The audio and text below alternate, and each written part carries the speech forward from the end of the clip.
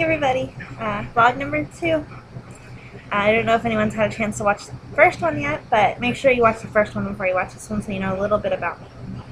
Anyway, I was just deciding to film another video. I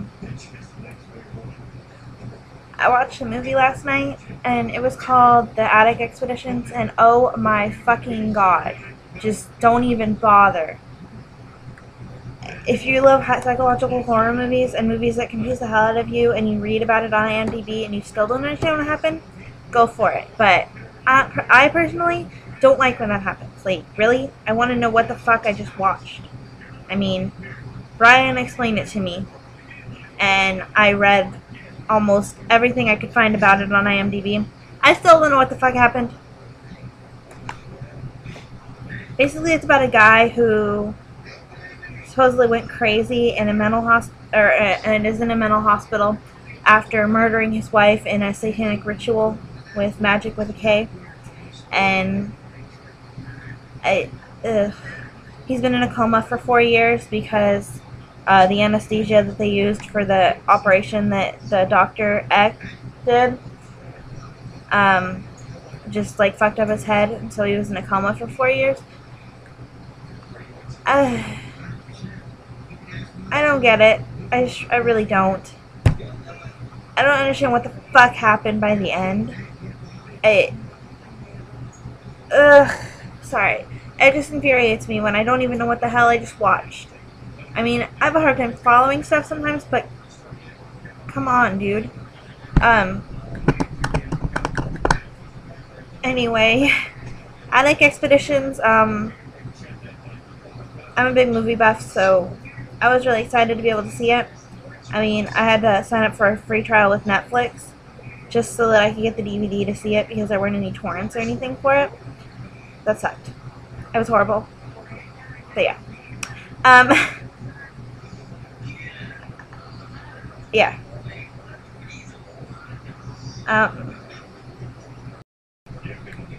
Okay. So I grabbed a couple of movies that I really enjoy, so I figured I'd just make this a movie vlog. This one is a double feature. A movie called Fatherhood that I really enjoy, and a movie called Life with Mike that I hadn't really seen. Fatherhood is like a family movie for kids, in my opinion. It's rated PG-13 for thematic material concerning children endangered by adults. So basically, the kids go with the dad, and the dad goes on like a crime spree and stuff, and it's just really funny. And they weren't very close or anything, and then by the end they're really, really close, and it's just a really great story. And it's got Patrick Swayze in it, and I just love it. I was surprised to find it in the $5 bin at Walmart. So, but yeah. Life with Mikey. Basically about a guy who was a child star, and now he runs a talent agency with his brother, and they find this little girl who doesn't really have family, and she doesn't have a very good home life, and she pickpockets Michael J. Fox, who's the main character, and the little girl is played by Christina Vidal, and it's PG for language and thematic elements. I'm not exactly sure what that word means, which I probably should since I'm 22, but oh well.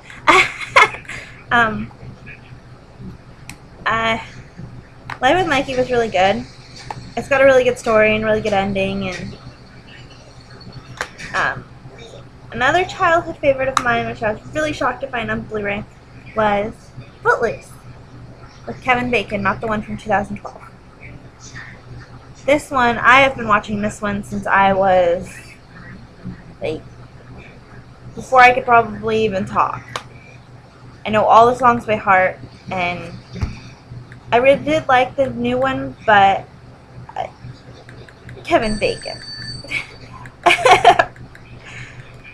That one, it's just, I mean, when I was like 3 years old, I was jumping up and down on my mom and dad's bed after they told me not to jump. I broke the box springs to the music to that song. Kind of an embarrassing story, but I've always thought it was funny. And it could have been worse, you know, it could have been something else. I mean, my parents weren't all that mad. I mean, My dad nailed some more boards on the bottom of the box springs, and it was fine. I mean, I was 3 years old. It's not like I was 9 or 10. You know, I was 9 or 10 when I broke my mom's vacuum cleaner twice trying to fly like Sabrina. I had a very interesting childhood. I don't remember most of it, but I do remember stuff like that. And just the story behind Footloose is just great. I mean, the kids like band together to get rid of a ban on something as what most people would think meaningless as dancing because they enjoy it. I mean, the city is just like highly religious and punishing these kids for drinking and stuff when they weren't actually the ones that did it. I mean, of course they are drinking and stuff like that, but that's just because it's because they weren't the ones that did anything, and they're getting blamed for everything. And sorry for the ramble, but yeah. Footloose, if you haven't seen it, I highly recommend it. It's from 1984, and so good. Oh, and Fatherhood is... Well, this is from 2012, so might still be in the Walmart bin. I don't know. I found the last one that I could find in Chico, so that was great. And next we have Hot Tub Time Machine. Love Hot Tub Time Machine. I got the unrated version. It's a great movie. If you haven't seen it, it's like a buddy comedy / time travel, obviously, but it's great. It's like American Pie meets Back to the Future meets I don't know what else. But it's just great. There's some great twists in it at the end if you haven't seen it. And it's a great movie. Normally, I'm not one of the people that watch movies over and over again because most movies don't have a rewatch value to me, but this one I've watched over and over and over again. And I was so happy when I got it in the mail. And oh my god, it was just great. And then we have the one that I had to bitch and complain and whine to find and beg Ryan, but Back to the Future, the 25th anniversary trilogy. Another childhood favorite that just has not gotten old, and it probably should have, but it hasn't. I love Back to the Future. If you've never seen Back to the Future, you've had a very deprived childhood, and I'm very sorry. Got Michael J. Fox and Christopher Lloyd in it, and there's 3 of them. So it's a trilogy. There's like hours and hours of bonus features. I love it. I've always loved it. I mean, I went on a kick after Ryan bought it for me where I watched 1, 2, 3, and then 1, 2, 3, and then 1, 2, 3, and so on and so forth for like 4 days. And he's like, okay, turn it off or I'm gonna hide it. And I'm like, okay. And then when I turned it off, I realized I was kind of getting bored of it anyway, so it wasn't that big of a deal. But Back to the Future is a great, great movie. And basically it's just a buddy story, in my opinion, anyway. And there's all kinds of other elements in it, and like, don't fuck with going back in time. Be careful, because if you fuck one thing up, you can change everything. I also like the butterfly effect. Not the second one, because there's a lot of sex in it, but the third one is pretty good. If you haven't had a chance to watch Back to the Future. Yeah, Back to the Future. But then, if you haven't had a chance to watch the Butterfly Effect 1 or the Butterfly Effect 3 Revelations, I say go for it. They're both really, really good. And I'm out of discs to talk about. Let me grab some more. I hope this was...